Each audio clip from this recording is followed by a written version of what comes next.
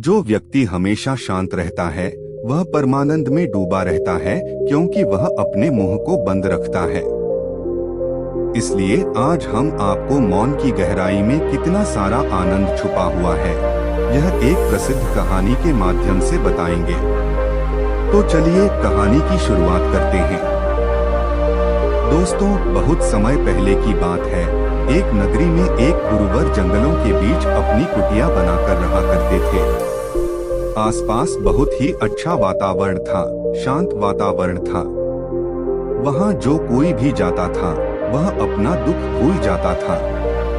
उस वातावरण की शांति में मन को एक असीम शांति प्राप्त होती थी, जिससे जो भी कोई वहाँ अपने दुख लेकर जाता वह उसे भूल जाया करता। एक दिन वह गुरु अपने कुछ शिष्यों को उपदेश दे रहे थे। वह कह रहे थे, हमें अत्यधिक कम बोलना चाहिए। हमारे पास 2 कान और 1 मुंह है। इसका अर्थ यह है कि हम जितना बोलते हैं उसका 2 गुना हमें सुनना चाहिए, और यही प्रकृति भी चाहती है। इसलिए उसने हमें इस रूप में ढाला है। इसलिए इस प्रकृति ने हमें 2 कान और 1 मुंह दिया है। तुमने देखा होगा कि इस प्रकृति में जिस भी पदार्थ की संख्या अत्यधिक है, उस पदार्थ की कीमत उतनी ही कम है, और जो पदार्थ बहुत कम है उसकी कीमत उतनी ही ज्यादा है। और यही नियम हमारी जीभ पर भी लागू होता है। हम जितना कम बोलेंगे, लोग हमारी बातों को उतना ही गहराई से समझेंगे, हमें उतनी ही गंभीरता से लेंगे, वह हमारी बात सुनेंगे, समझेंगे और हमारी इज्जत भी करेंगे। उन गुरु की यह बात सुनकर उन सभी शिष्यों में से एक शिष्य खड़ा हुआ और उसने उन गुरु से कहा, हे गुरुवर, आपकी बातों को बीच में काटने के लिए क्षमा चाहता हूँ, लेकिन मेरा एक प्रश्न है, क्या मैं आपसे पूछ सकता हूँ? इस पर वह गुरुवर कहते हैं, अवश्य पूछो, तुम क्या पूछना चाहते हो? तभी शिष्य कहता है, हे गुरुवर, यदि हम कम बोलेंगे तो हमारी बात सामने वाला किस तरह से समझ पाएगा? इस पर वह गुरुवर कहते हैं, तुम क्या कहना चाहते हो? तभी वह शिष्य उन गुरुवर से कहता है, गुरुवर, मान लीजिए कि मुझे किसी को उपदेश देना है और मैं उस उपदेश को थोड़ा ही बताता हूँ, अर्थात कम बोलता हूँ, तो भला वह उपदेश उन लोगों को किस तरह से समझ में आएगा? और यदि मैंने उनसे कम शब्द कहे, कम बातें कही और उन लोगों को वह बात समझ नहीं आई, तो वो लोग मुझे गलत समझेंगे, या फिर यह भी हो सकता है कि वो लोग मेरी बातों का गलत मतलब निकालें। हमने अक्सर अपने आसपास यह भी देखा है कि जब भी कोई झगड़ा करता है, मारपीट करता है, ऐसे समय पर जो व्यक्ति शांत रहता है, कम बोलता है, लोग उसे डरपोक समझते हैं, उसे मारते पीटते हैं, उसे डरपोक समझकर उसका उपहास करते हैं, अपशब्द कहते हैं। लेकिन वह कम बोलने वाला व्यक्ति उनसे कुछ नहीं कह पाता। इसीलिए हे गुरुवर, तो ऐसे समय पर भी क्या हमारा शांत रहना उचित होगा? तभी वह गुरुवर मुस्कुराने लगे और अपने उस शिष्य से कहते हैं, मैं तुम्हें एक कहानी सुनाता हूँ। इस कहानी के जरिए तुम्हें तुम्हारे सभी सवालों के जवाब मिल जाएंगे। इस कहानी को बड़े ही ध्यानपूर्वक सुनना और इसे समझने का प्रयास करना। बहुत समय पहले की बात है, एक छोटा सा राज्य था। उस राज्य का राजा अत्यधिक धनवान था। उसके पास किसी चीज की कोई कमी नहीं थी। उसका परिवार, उसका राज्य बहुत फला फूला हुआ था। प्रजा अपने राजा से बहुत खुश थी।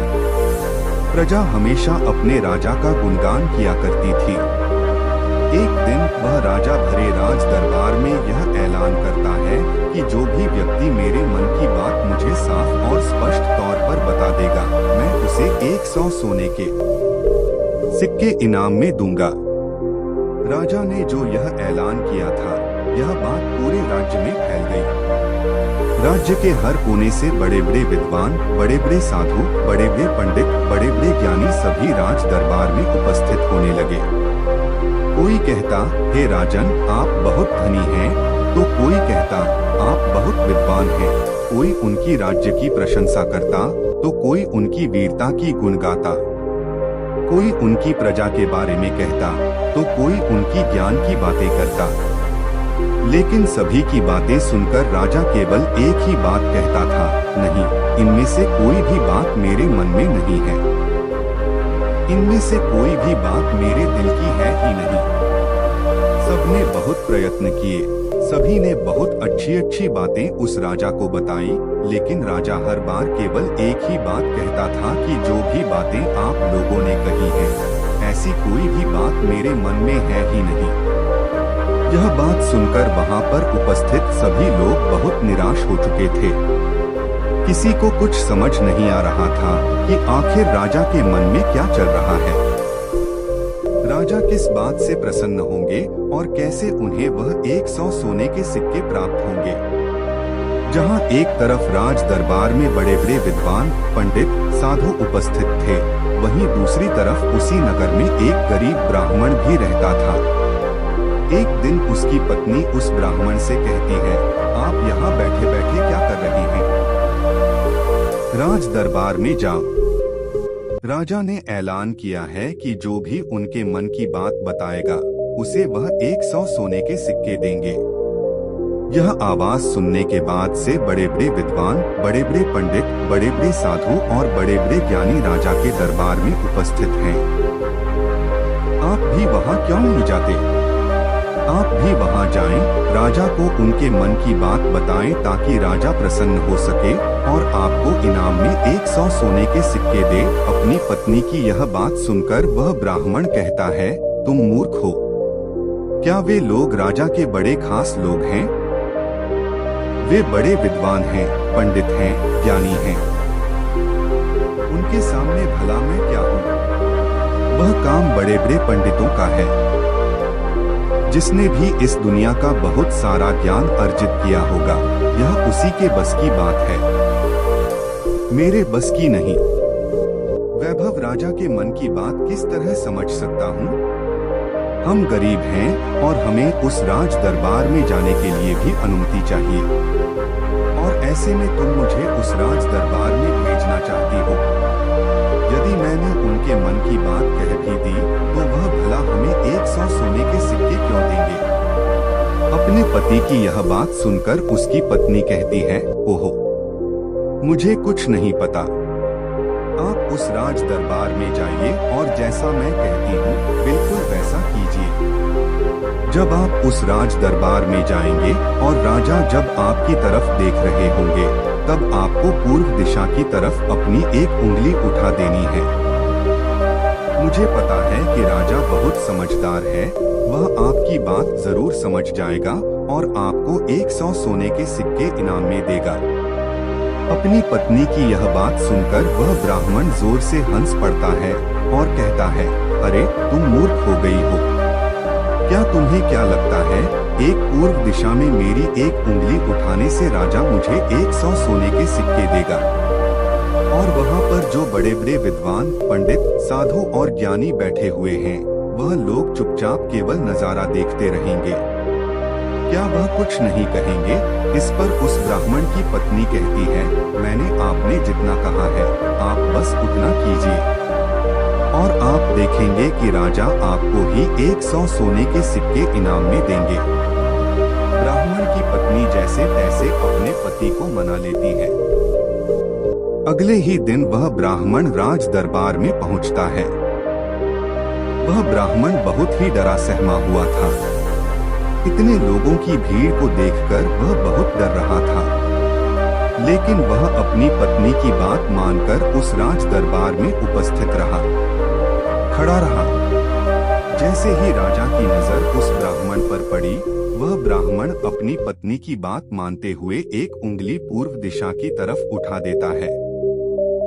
राजा बहुत प्रसन्न होते हैं और राजा तुरंत ही उसे 100 सोने के सिक्के इनाम में देता है। यह सब देख वहाँ पर उपस्थित बड़े बड़े विद्वान, पंडित, साधु और ज्ञानी सभी लोग आश्चर्यचकित रह गए कि आखिर ऐसा इसने क्या कह दिया जो राजा को बहुत अच्छा लगा। हर कोई यह सोचकर हैरान था कि इस ब्राह्मण ने तो केवल एक उंगली ही उठाई थी और इसे 100 सोने के सिक्के मिल भी गए। यह सब देखकर वहां पर उपस्थित हर कोई अचरज में था और वह ब्राह्मण अपने 100 सोने के सिक्के लेकर अपने घर लौट गया। खुशी खुशी वह 100 सोने के सिक्के अपनी बीवी के हाथ में रख देता है और कहता है, राजा ने मुझे यह 100 सोने के सिक्के इनाम में दिए हैं। और जैसा कि तुमने कहा था, मैंने पूर्व दिशा की तरफ केवल एक उंगली ही उठाई थी, लेकिन मैं अब तक यह समझ नहीं पाया कि इसका अर्थ क्या हुआ। उस राजा को मेरी इस एक उंगली से क्या समझ में आया। उस ब्राह्मण की पत्नी उस ब्राह्मण से कहती है, यह सब जाने दो, आपको यह बात बताकर कोई मतलब नहीं। आप बैठ जाओ और कल फिर आपको उसी राज दरबार में फिर जाना है। वह ब्राह्मण कहता है, कल फिर जाना है? नहीं नहीं, मैं नहीं जाऊंगा। वैसे भी आज सभी लोग मुझे घूर घूर कर देख रहे थे। न बाबा न, मैं नहीं जाऊंगा। लेकिन जैसे तैसे उसकी पत्नी उसे समझा लेती है। अगले दिन ब्राह्मण एक बार फिर तैयार होता है और अपनी पत्नी से पूछता है, अच्छा बताओ आज मुझे क्या करना है। तभी उस ब्राह्मण की पत्नी कहती है, आज आपको पश्चिम दिशा की तरफ अपनी एक उंगली उठानी है। वह अपनी पत्नी की बात मानकर फिर से एक बार राज दरबार पहुंच जाता है। जैसे ही राजा की नजर उस पर पहुंचती है, वह ब्राह्मण अपनी एक उंगली पश्चिम दिशा की ओर उठा देता है। यह देख राजा एक बार फिर प्रसन्न हो जाता है। वह राजा उन्हें 100 सोने के सिक्के फिर से इनाम दे देता है। यह सब देखकर वहां पर उपस्थित हर कोई बड़ा हैरान थे। हर कोई अचरज में था कि आखिर यह सब हो क्या रहा है। हम यहाँ पर अच्छी अच्छी बातें बता रहे हैं, राजा को तरह तरह का ज्ञान दे रहे हैं, लेकिन राजा उनसे प्रसन्न नहीं हो रहे। और यह ब्राह्मण है कि केवल एक उंगली उठाता है और राजा उसकी बातों से खुश हो जाते हैं। उसे 100 सोने के सिक्के ही इनाम में दे देते हैं। और तो और यह कुछ बोलता भी नहीं, चुपचाप आता है, उंगली उठाता है, इनाम लेता है और चला जाता है।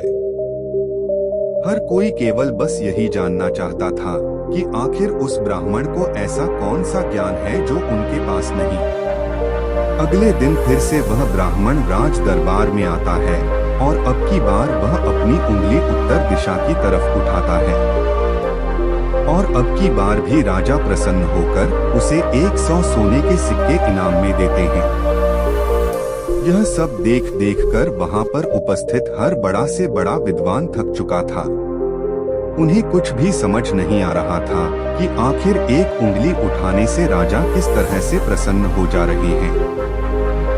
यह बात देखकर हर किसी ने यह तय किया कि अब यदि उंगली उठाने से ही उन्हें इनाम मिल सकता है तो वह राजा के सामने बड़ी बड़ी बातें क्यों करें, बड़े बड़े ज्ञान राजा को क्यों बताएं। उससे अच्छा है कि वह सब मिलकर एक ही दिशा की तरफ उंगली उठाएंगे। सभी ने मिलकर यह तय कर लिया। अगले दिन सुबह सुबह वह ब्राह्मण फिर से राज दरबार में आने के लिए तैयार हो रहा था और वह अपनी पत्नी से पूछता है, बताओ आज मुझे क्या करना होगा। इस पर उसकी पत्नी कहती है, आज आपको कुछ नहीं करना, आज आप घर पर ही बैठे रहिए। उस दिन सभी ब्राह्मण, सभी विद्वान, सभी साधु संत वहां पर उपस्थित थे। राजा के आते ही सब खड़े हुए। जैसे ही राजा की नजर उनसे मिली, सभी ने दक्षिण दिशा की तरफ अपनी उंगली उठा दी। यह देखकर राजा को बड़ा क्रोध आया। राजा ने गुस्से में सभी पंडितों को, सभी विद्वानों को कारावास में डालवा दिया। और यह देखकर वहां पर उपस्थित हर बड़ा से बड़ा विद्वान आश्चर्यचकित था। वह हैरान था कि आखिर हमने ऐसी क्या गलती कर दी। जब वह ब्राह्मण अलग अलग दिशाओं में अपनी उंगली उठाता है तो उसे 100 सोने के सिक्के इनाम में मिलते हैं। और आज जब हमने एक साथ एक ही दिशा की तरफ अपनी उंगली उठाई तो हमने क्या गलत कर दिया? भला राजा क्या समझ रहा है? ऐसा कौन सा ज्ञान है, ऐसा कौन सा राज है जो हम नहीं जानते, जिसके बारे में हम में से किसी को कुछ नहीं पता? यह सब सुनकर ब्राह्मण की पत्नी राजा के पास गई। राजा ने जैसे ही ब्राह्मण की पत्नी को देखा, वह अपनी 2 उंगलियां खड़ी करता है और तभी वह ब्राह्मण की पत्नी अपने पैरों पर ताली मारती है। यह देखकर राजा तुरंत ही अपने अधिकारों को आदेश देता है, जाओ उन सभी को कारावासियों से बाहर निकालो। यह सब देखकर वहां पर जो उपस्थित पंडित थे, उनकी हैरानी का कोई ठिकाना नहीं रह गया। उन्हें यह समझ ही नहीं आ रहा था, क्या आखिर यह कौन सी विद्या है, यह कौन सा ज्ञान है? कभी वह ब्राह्मण 1 उंगली खड़ी करता है, कभी राजा 2 उंगलियां खड़ी करता है और कभी यह ब्राह्मण की पत्नी अपने टांगों पर ताली पीटती है। आखिर यह सब चल क्या रहा है? आखिर यह सब हो क्या रहा है? सभी मिलकर यह तय करते हैं कि इसका जवाब तो हमें वह गरीब ब्राह्मण ही देगा।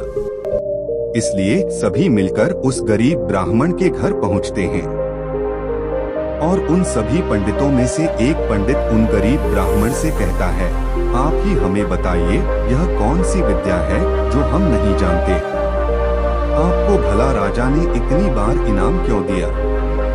और जब हमने एक दिशा में उंगली उठाई तो हमें कारावास में डाल दिया, और जब हमारी पत्नियां हमें छुड़ाने आई, उन्होंने राजा से विनती की, राजा से आग्रह किया कि वह हमें छोड़ दें, लेकिन राजा ने एक ना सुनी। जब उन सभी को यह लगने लगा कि राजा उनके पतियों को छोड़ने वाले हैं, तो वे सभी उसी ब्राह्मण के पास पहुँचे और वहां जाकर वह उनसे विनती करने लगे कि वह उनके पतियों की मदद करें, उन्हें कारावास से बाहर निकालें।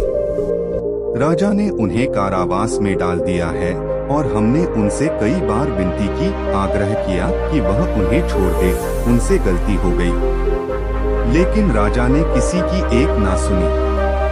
और जब उन सभी को यह लगने लगा कि राजा उनके पतियों को छोड़ने वाले नहीं हैं, तो वे सभी उसी ब्राह्मण के पास पहुँचे और वहां जाकर वह उनसे विनती करने लगे कि वह उनके पतियों की मदद करें, उन्हें कारावास से बाहर निकालें। राजा ने उन्हें कारावास में डाल दिया है। उन्होंने कहा, राजा ने तो हमें बाहर निकालने से मना कर दिया है।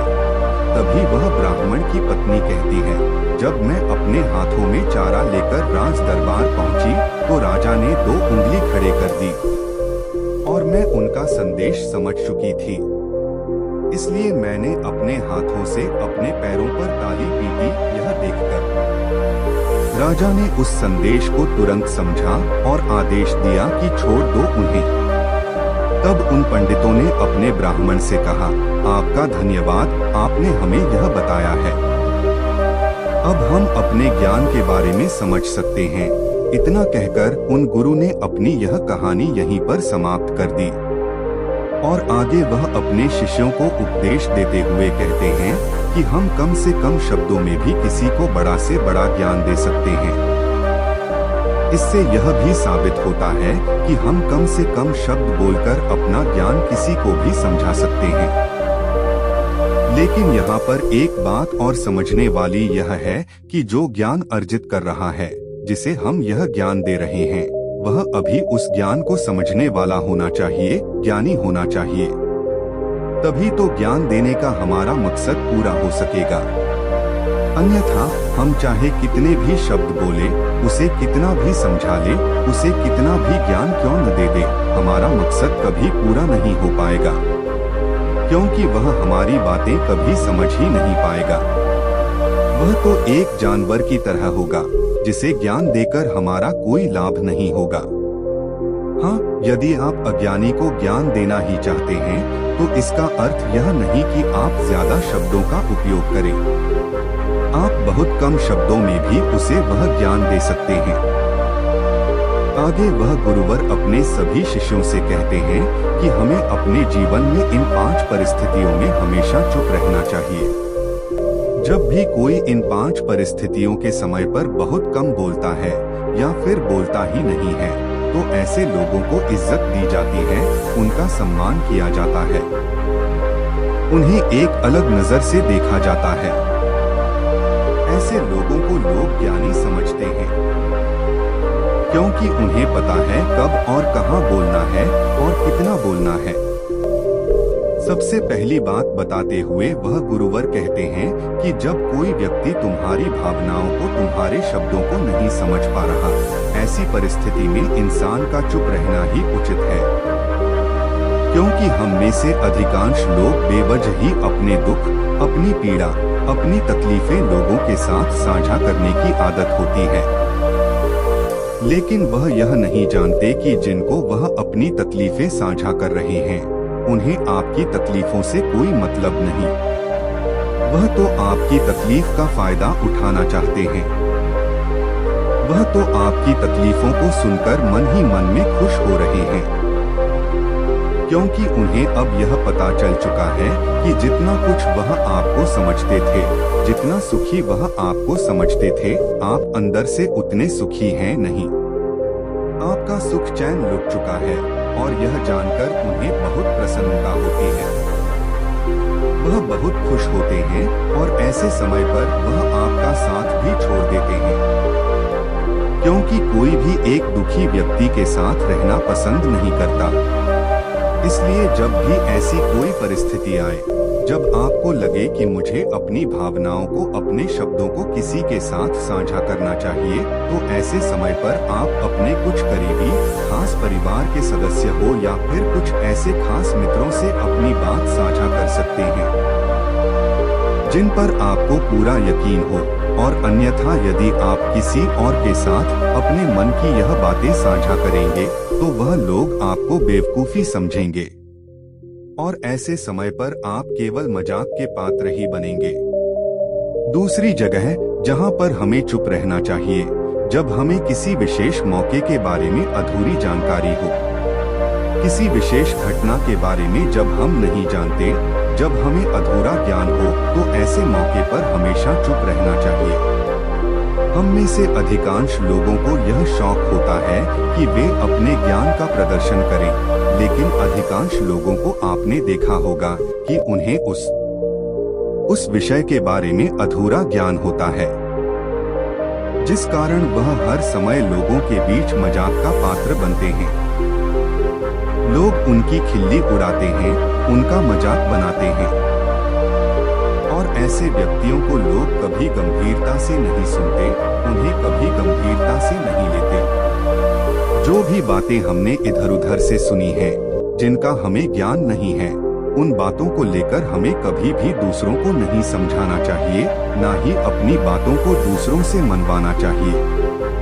आगे गुरुवर अपने शिष्यों को तीसरी बात बताते हुए कहते हैं, जब कोई इंसान किसी दूसरे व्यक्ति की बुराई कर रहा हो, तो ऐसे समय पर तुम्हें चुप रहना चाहिए, क्योंकि ऐसा व्यक्ति कभी किसी का नहीं होता।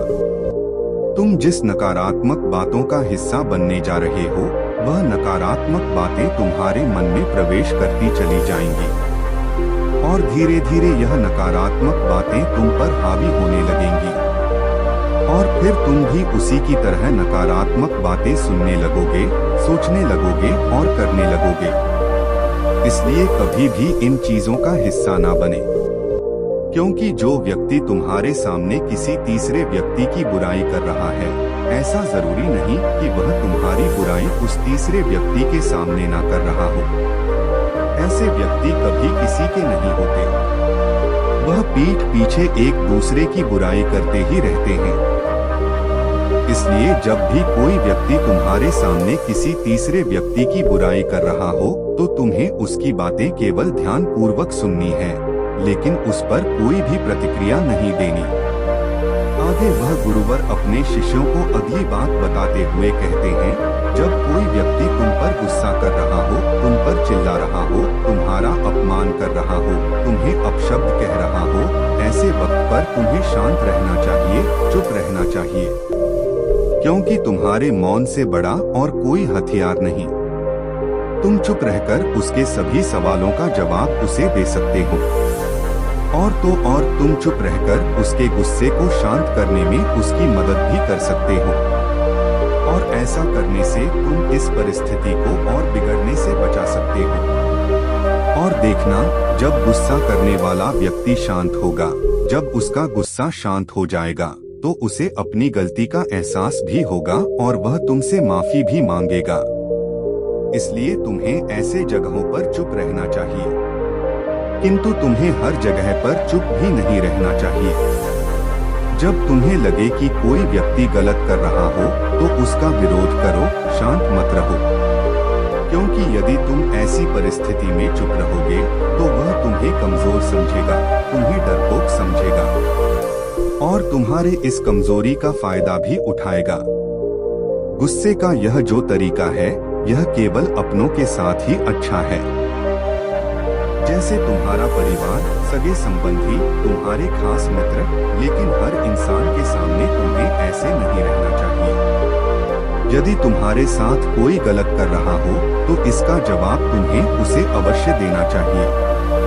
आगे वह गुरुवर अपने शिष्यों को 5वीं बात बताते हुए कहते हैं कि जब कोई व्यक्ति अपने मन की बात, कोई घटना या कोई दुख भरी बातें तुम्हारे साथ साझा कर रहा हो तो ऐसी स्थिति में हमें चुप रहकर ध्यानपूर्वक उसकी सारी बातें सुननी चाहिए। आपने तो देखा ही होगा, जब हम अपनी परेशानी किसी के साथ साझा कर रहे होते हैं, उसी वक्त हमारा कोई ऐसा मित्र या फिर कोई ऐसा सगा संबंधी अवश्य होता है जो हमारी बात पूरी करने से पहले हमें समाधान देना शुरू कर देता है। और जब कोई ऐसा करता है तो हमारे मन में क्रोध उत्पन्न होता है। हम उस व्यक्ति से बात तक करना पसंद नहीं करते, जबकि ऐसी परिस्थिति में हमें शांत रहना चाहिए, क्योंकि सामने वाला हमसे यही उम्मीद करता है।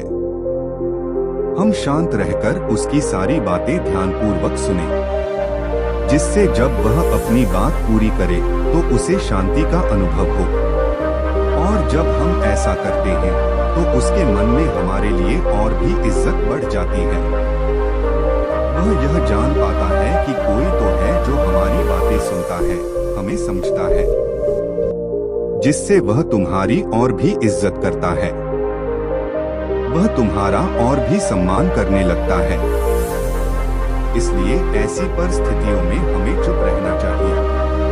इतना कहकर वह गुरुवर आगे कहते हैं कि इन 5 स्थितियों को हमेशा याद रखना और यहाँ पर इंसान को हमेशा कम ही बोलना चाहिए, क्योंकि इंसान एक दुकान की तरह है और दुकान का ताला है हमारी जीभ।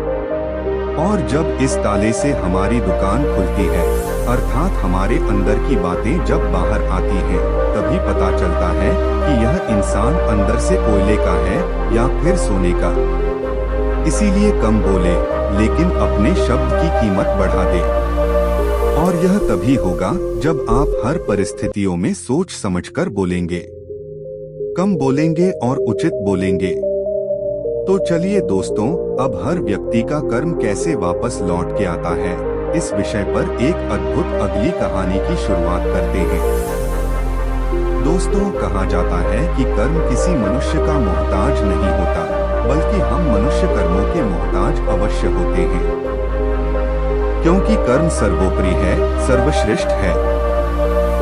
और यदि कोई मनुष्य यह सोचता है कि वह कोई कर्म नहीं करता, तो यह उसकी सबसे बड़ी भूल है, क्योंकि बिना कर्म के कोई भी मनुष्य एक पल के लिए भी जीवित नहीं रह सकता, क्योंकि यह संसार इसी तरह से बनाया गया है। और इस संसार में हर एक मनुष्य अपना कर्म अवश्य करता है, वह चाहे या ना चाहे, लेकिन उसे कर्म तो करने ही पड़ते हैं, और यह जरूरी भी है। और ऐसा कोई जरूरी नहीं है कि हर मनुष्य रोज रोज पूजा पाठ करे, मंदिर जाए, दान दक्षिणा दे, बल्कि जरूरी तो यह है कि वह इंसान कुछ ऐसे कर्म करे कि जहाँ पर भी वह जाए, लोग उसका सम्मान करें, उसका आदर करें। और जो कोई मनुष्य प्रकृति के हर एक नियमों का पालन करता है, वह परमात्मा के करीब होता है। और यदि परमात्मा भी इस संसार में जन्म लेते हैं तो उन्हें भी इस संसार के नियमों का पालन करना ही पड़ता है। उन्हें अपने जीवन में कर्मों को करना ही पड़ता है। इससे कोई मुक्त नहीं हो सकता, क्योंकि यही इस संसार का नियम है। पर यहाँ कर्म भी दो प्रकार के होते हैं, अच्छे और बुरे। यदि कोई अच्छा मनुष्य है जिसकी सोच अच्छी है, सकारात्मक है, जो लोगों के प्रति दया का भाव रखता है, वह मनुष्य हमेशा अच्छे कर्म करता है। वहीं पर जिस मनुष्य के अंदर द्वेष है। तो दोस्तों, कैसी लगी आपको यह वीडियो? अपने सुझाव हमें कमेंट बॉक्स में दीजिए और हमारे चैनल कहानी वाइब्स को लाइक और सब्सक्राइब कर लीजिए। तो मिलते हैं एक और नई वीडियो में। धन्यवाद। दोस्तों, अगर हमारी कहानी पसंद आए तो लाइक करें, चैनल सब्सक्राइब करें और बेल आइकॉन दबाएं। हमें सुपर थैंक्स देकर सपोर्ट करें और अपने सुझाव कमेंट में बताएं।